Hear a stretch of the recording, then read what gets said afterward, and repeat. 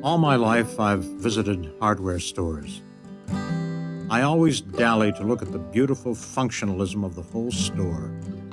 Canned lacquer by the gallon, dangled key shapes waiting to become the key, cedar planking destined for sanding, staining, standing on X legs beneath a bistro tablecloth. Every nail, every can of paint, every light bulb has a destined use. Centuries of evolution have gone into the present perfection of each tool, each implement. The things that we make say more about who we are than anything. Our choice of material, selection of tool, the unique process that leads to a finished product. My hometown of Pittsburgh is a place that's been defined by its history, craftsmanship, and creative ambition. Ever since I first picked up a guitar, I've defined my own craft through words and music. I have like early versions of lyrics. Lots of scraps. My name is Jon Bindley. I'm a songwriter.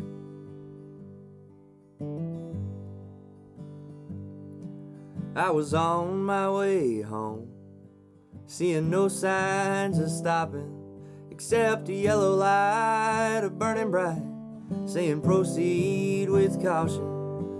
Now it's me and that policeman, and we're sitting here talking.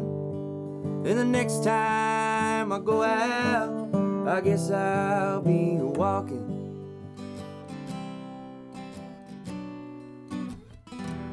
Music with traditional roots strikes me because there's a plain-spoken way about delivering messages, people having dreams and trying to build something. You're also borrowing a medium that can help you find your voice. It's really getting to know yourself if you're really digging deep.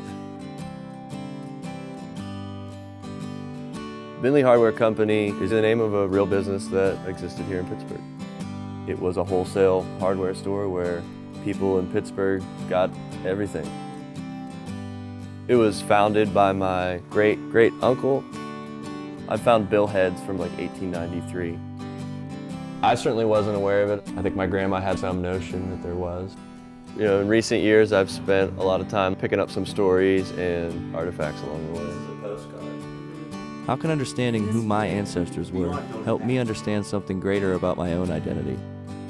Not just as a songwriter, but as a son of this region. We shape our tools, and then our tools shape us.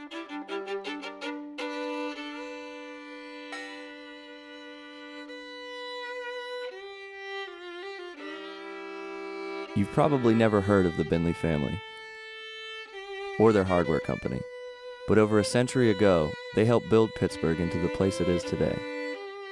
Founded in 1880 by the two eldest sons of a prominent contractor, the company specialized in a line of quality-made tools and home furnishings. Some artifacts still exist today and recall a defining time in American history.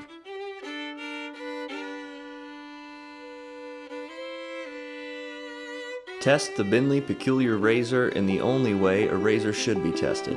Have your customer try it on the beard, and if it don't suit him, give him another one or his money back. A stronger guarantee is impossible. I never really looked into what my name meant. I think I was trying to learn something about my great-grandfather. He shares my name, and I started seeing the hardware company pop up. I kind of just stumbled upon this incredible history. The hardware store is opposed to everything that destroys. It stands for building, for repair, for doing something constructive by hand. A store devoted to absolute utility. You just heard the voice of Pittsburgh poet Samuel Hazo reading lines from a poem of his I heard long before I even knew about the Bindley Hardware Company. And this is a play that you'll enjoy. I've come to think of Sam as a mentor. His words and ideas have had a profound impact on me as a person. For me, Sam Hazo's poem brings the mystery of the hardware company to life. We're lucky. We've been around for about 250 years in Pittsburgh. Relics, so to speak, are still intact. So there's a history in this town, which in many ways is compelling. My job is to help somebody find their past. Well, is to say, these are some things you should know about. Looming up on the main line of the Pennsylvania Railroad is the Bindley Hardware Company. You have a building with some character to it that had its own life as a hardware store, and it now is apartments. That's happening a lot around here, like old industrial buildings being turned into high-end living. And how you doing? Yeah, pretty good. We're talking about the Bindley Hardware Company building. Yeah. Yeah. Happy holidays.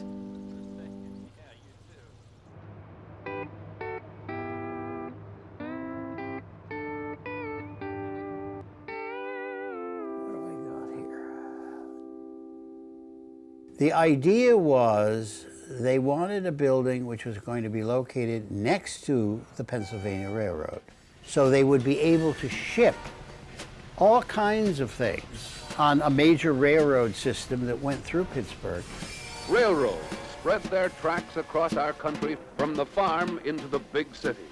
The warehouse was designed by Albion Bindley, youngest of the three Bindley brothers, who had taken over the contracting and construction business of their father in the city's rapidly developing East End. Offering over an acre of floor space, the four-story building connected to three separate rail lines and was unmatched by any other hardware house in the country. This is a period when Americans are becoming kind of aware of who they are.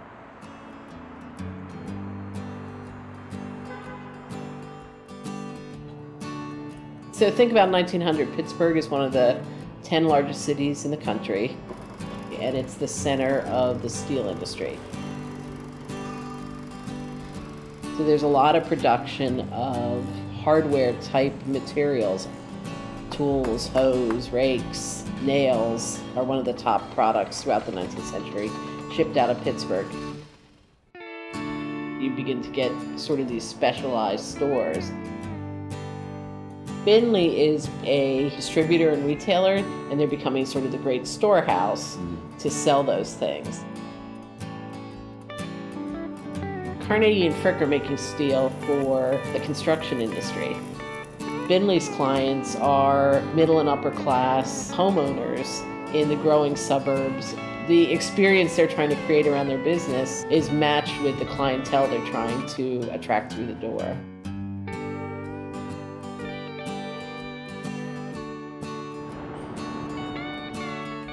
Still learning a lot about it.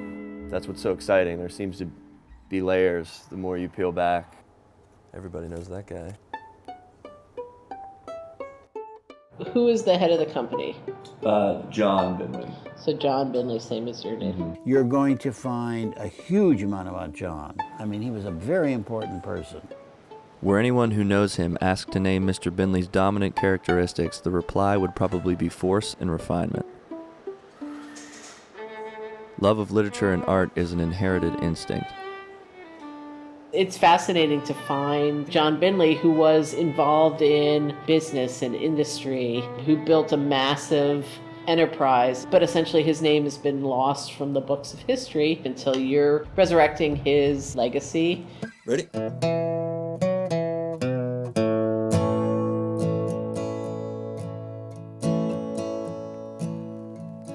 moon's a silver sliver hanging by a thread. Shadows here, they linger much longer in my head. I always felt like I knew you. I never dreamed you'd make me cry, but it's a strange time to be alive. Ain't that right?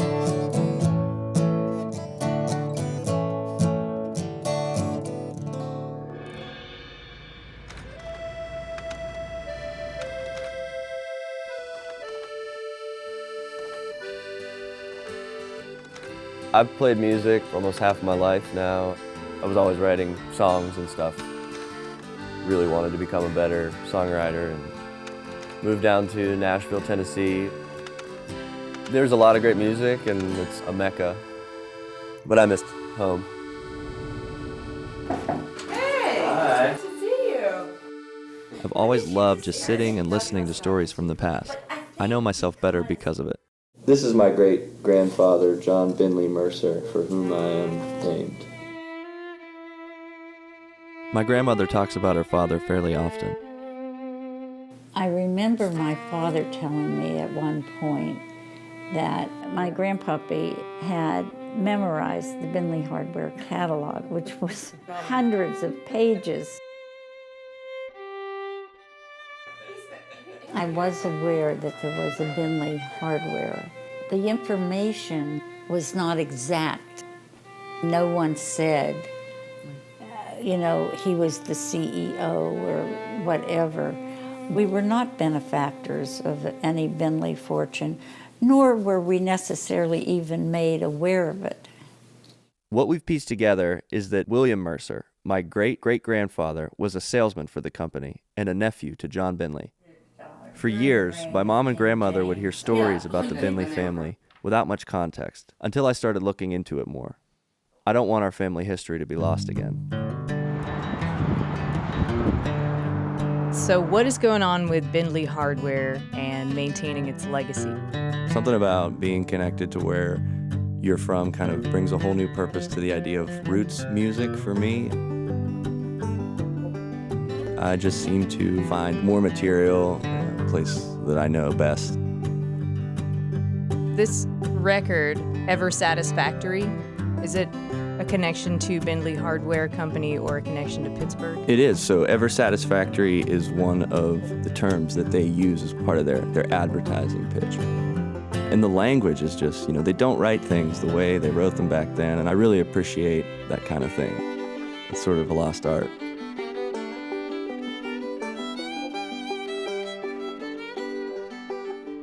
We all strive to be ever satisfactory.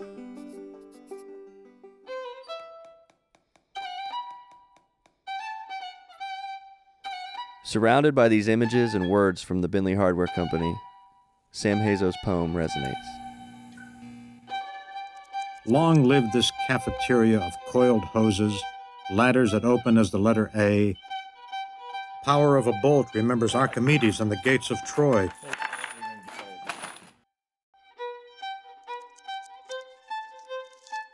Doorknobs rounded for the human palm tell me to turn them. I wonder if a hammer can be bettered, and it can't. I just can't pass unless I touch the trueness of a lock. I stop before a tray of quiet knives. Their sharpness wakens in my skin the maker I was born to be. Growing up, I wanted to be a ball player. My grandmother wanted me to be a writer. She made sure I was in the audience when Sam hosted poetry readings. It was there I learned a poem passes by every 5 minutes. It's just a question of whether we'll notice it. Sam found one in the aisles of a hardware store. When I visit Sam, I feel like I'm 13 years old again, forever the student. A hardware store, to me, is filled with browsers.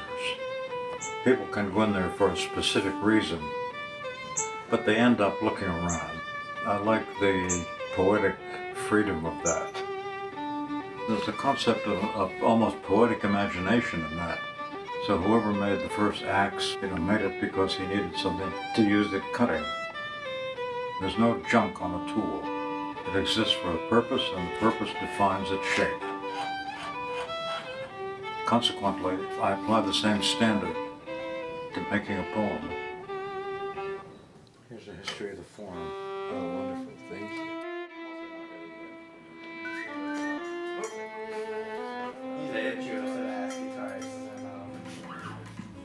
Every time I pick up an instrument, I think about Sam's poem. How songwriting is its own craft. The club or the studio or your drummer's apartment, it's workshop. The musicians, the craftsmen, searching for that perfect intersection of utility and beauty. We call ourselves Bindley Hardware Company.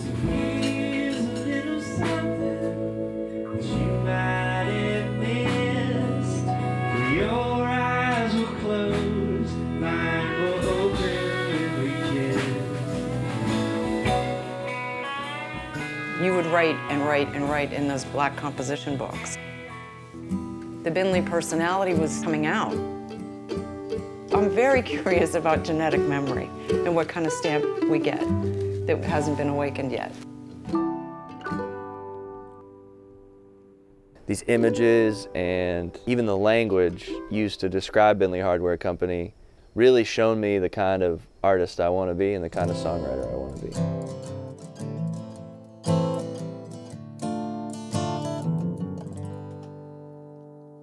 I don't have money, but I got my health. I'm saving up my pennies, keep telling myself someday I'll be happy with the little I got. But what good's it gonna do me now? Oh, I called my daddy on the telephone, said it's always been this way. Oh, son, you gotta give yourself a raise. Thank you so much. We're Bindley Hardware Company. So I'm trying not to live beyond my means. I got a few more blessings than I got needs. I don't want for nothing but some room to breathe. A little house in the country. Spent a long night last night to play music. This is pretty much as good as it gets. Come to another city, play rooms full of people. I don't have money, but I got my health. I'm saving up my pennies, keep telling myself someday I'll be happy with the little I've got. But what good's it gonna do me now?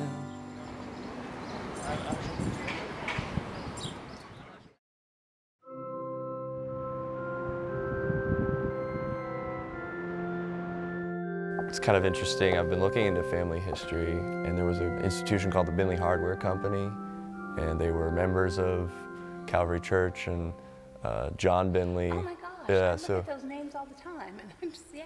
because of this family history, I've been looking more into it. I'm still trying to figure out exactly what happened down the line. 1912. The Bindley Hardware Company have decided to liquidate and go out of business. Kaufmann's buy their entire stocks of sporting goods, auto, and firearms. After several decades of working in the merchant and manufacturing trades, Jon Bindley retired to his winter home in Coconut Grove, Florida. The Mediterranean-style mansion was named El Jardín. He would not be there long as he passed away in the winter of 1921. The Bindley family's Fifth Avenue mansion was demolished after nearly a decade of abandonment. Do you know if there's like a plaque or anything about Atherstone Manor and what it was, or? Does that look like a front gate?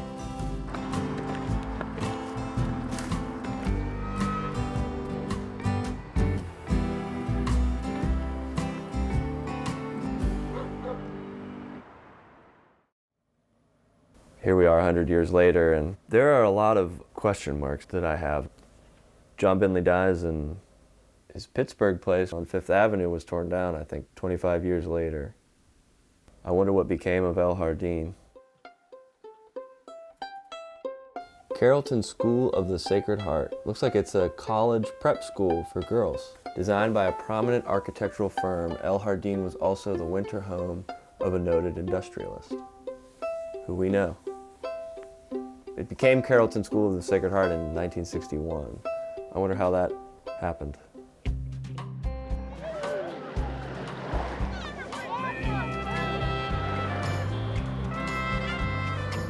I called the Carrollton School, and it turned out that they were in the midst of planning a centennial celebration of El Jardín. They'd been looking into the estate's history. The answer to whatever happened to the Bindleys is somewhere in that mansion. Hello, I'm John. It's great to finally meet you. Great to meet you. Thank you for making the time. Welcome. I really appreciate it. My name is Iris Guzman-Kalaya. I am an alum of Carrollton School. I also have 2 daughters that are here. I'm also blessed to be on the Centennial Committee celebrating the 100 years of El Jardín. Yeah, I was reading a lot I've been doing research on the Bindley family, what were their lives like, and how it relates to this building that we have here today. Jon Bindley first arrived in the winter of 1916. The city of Miami was only about 20 years old. What you had were this group of very wealthy Northerners that started to come down and build these grand estates on the bay. The firm of Aquino and Elliott, which were prominent Pittsburgh architects, had not worked in South Florida until Jon Bindley hired them to come down here and build El Jardín. Richard Aquino went on to design a number of buildings in this area.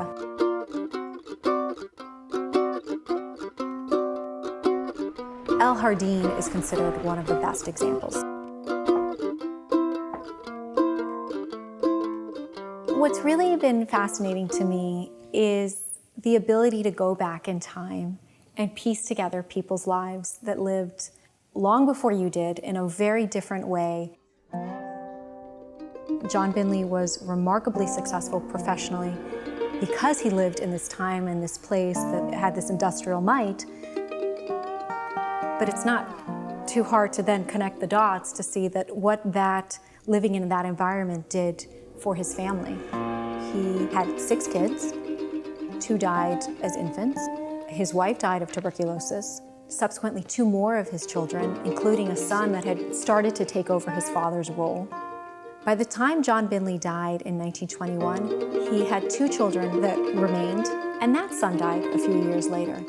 And so the trail started to taper off because there really was not anyone to sort of continue that legacy. These are letters that Jon Bindley wrote. Iris told me that El Jardín was meant to be the home of Jon Bindley's only surviving child, Adelaide, as a type of sanatorium for the respiratory problems she had had since childhood. Although historical records don't seem to indicate that she ever actually lived in the mansion. After Jon Bindley's death, the property was effectively abandoned after being passed between prominent area industrialists until Carrollton bought it in 1961. So is it more or less what you had in mind? It's incredible. On public television in Pittsburgh. I see this as the Bindley family story coming full circle. The estate that Jon Bindley built for his daughter is now a place where young women come to learn and be inspired.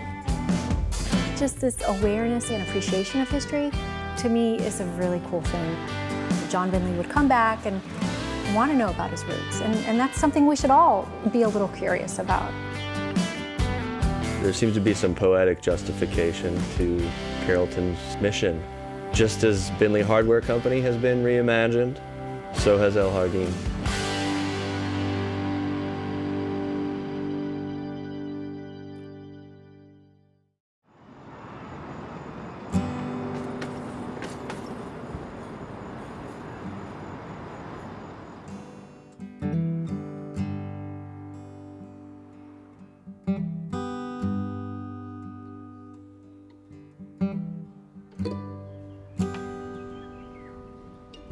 What was here? Some toy factory? Or? It was In a hardware. Wholesale hardware.